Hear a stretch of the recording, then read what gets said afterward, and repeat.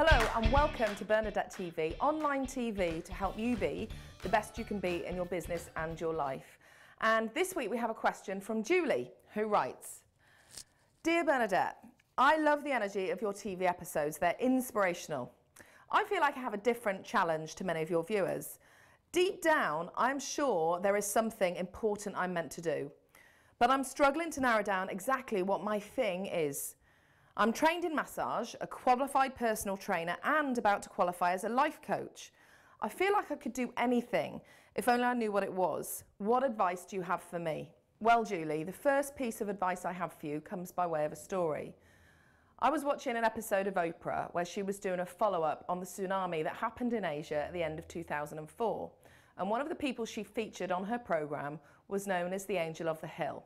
And this was a very interesting story because this was a Swedish woman who was being really praised by Oprah and other of the survivors of the tsunami because of the part that she had played in helping to save lives. And on the morning that the first wave crashed, this woman was actually sunbathing on the beach. And when the tide went out, where it really went out and sort of opened up a lot of the ocean floor, because this woman had previously been working as a broadcaster, making documentaries in Hawaii, she knew exactly what was happening. And so she was able to warn other people on the beach of what was coming. And we will never know exactly how many lives were saved by that woman's action. But the story doesn't stop there, because we all know what happened, that the two big waves came and people who were in it describe it like it was being in a washing machine with barbed wire. And after the two waves had been and gone, the survivors were really assembling together and they wanted to get to higher ground, which is why they went to the hill, which is where the angel on the hill comes from. And it just so happened that this same woman had years earlier been studying to be a medical student in Sweden, only she'd never completed her medical training. That's why she ended up going and doing the broadcasting as well. And but she'd done enough medical training to know how to set up a makeshift hospital and start to administer first aid to the survivors of the tsunami. And again, we will never know exactly how many lives were saved by her action. So as I was watching this program and listening to this story, it became apparent that this woman's career history had been somewhat checkered, to say the least. Think about it. She'd been training to be a doctor and hadn't completed her medical studies. She'd been working as a broadcaster, but she'd left that career. And I'm pretty certain that at some moment in that woman's life, way before she found herself on the beach that day, people had said to her, probably her loved ones, when are you going to get this sorted out? When are you going to figure out what it is you're going to do? When are you going to get your act together? When are you going to get onto one career and stick to it? Because that's a pressure that is put upon many people to find their one thing and know what it is that they're meant to be doing. And I just thought it so interesting that in God's plan, she'd gone through the perfect training to put her in the right place at the right time to make a difference. So I have many, many clients who are drawn by different types of therapy, different types of healing, that they want to work in different ways. They don't want to narrow down to one thing.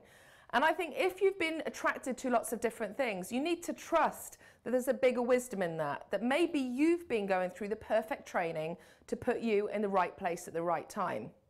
So the second thing that I want to say to you about this is you don't need to go and get another certificate. It's not the certificates that's going to make the difference. What matters now is you showing up and saying, I am ready. I trust that I know enough to be able to help the people that I'm meant to serve in the way that they need to be served. That what I've been judging as my checkered career history has actually been the perfect training program to put me in the right place at the right time. So the third piece of advice I have for you, Julie, is to focus on the who rather than what. So notice how in your question you've been trying to figure out what it is. And actually I think you're going to get a lot more mileage by asking the question who. Who am I called to serve? Who needs my help? And then after you've figured out the who, ask how.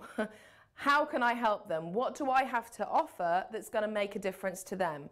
Can you see the difference? Can you get the distinction? Instead of you put the focus on you and trying to figure out what this thing is, you're actually putting the focus on who it is that you want to help. So the final piece of advice is to do what you can with what you've got where you are. in the bigger scheme of things, you've undergone the perfect training for you to be able to make a difference starting today. You don't need another training course, you don't need another certificate. You have it. You have what the world needs, and what matters now is that you say yes.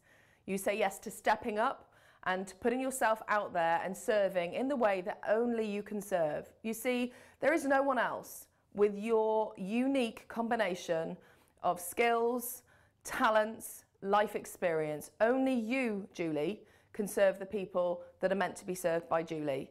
No one else. If not you, then who? So I would love to hear how this episode has resonated with you. Did you feel like our angel on the hill, that you had this checkered career history that you've been judging yourself for, and now actually you're starting to realise it may have been that you've just been on a perfect unfolding training programme? Or, you know, have you found yourself in situations where suddenly, without planning to, you were totally equipped to make a difference at the right time? I'd love to hear your examples.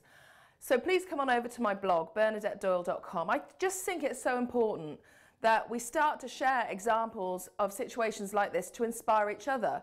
The fact is, there are plenty of people out there that will tell you that, you know, you haven't got your act together, that you need to focus on just one thing. And I think it's by getting together as a community and sharing the counterexamples that it really makes a difference and gives you the support and inspiration you need right now. And I'm honoured to be the host of that community, so that's why I want you to come and join me over on bernadettedoyle.com. And if you want to see more episodes like this, the easiest way to do that is to click that big subscribe button, because when you do, the good people at YouTube will automatically let you know every time I release a new episode. And if you want even more resources and help and inspiration plus real world practical wisdom, come on over and sign up for extra email updates at bernadettedoyle.com. It is my honour and my privilege to serve you. That's all for now, and I will see you on our next episode. Yes, you. Yes, I'm talking to you. I wasn't just talking to Julie. You. If not you, then who? Why are you still here?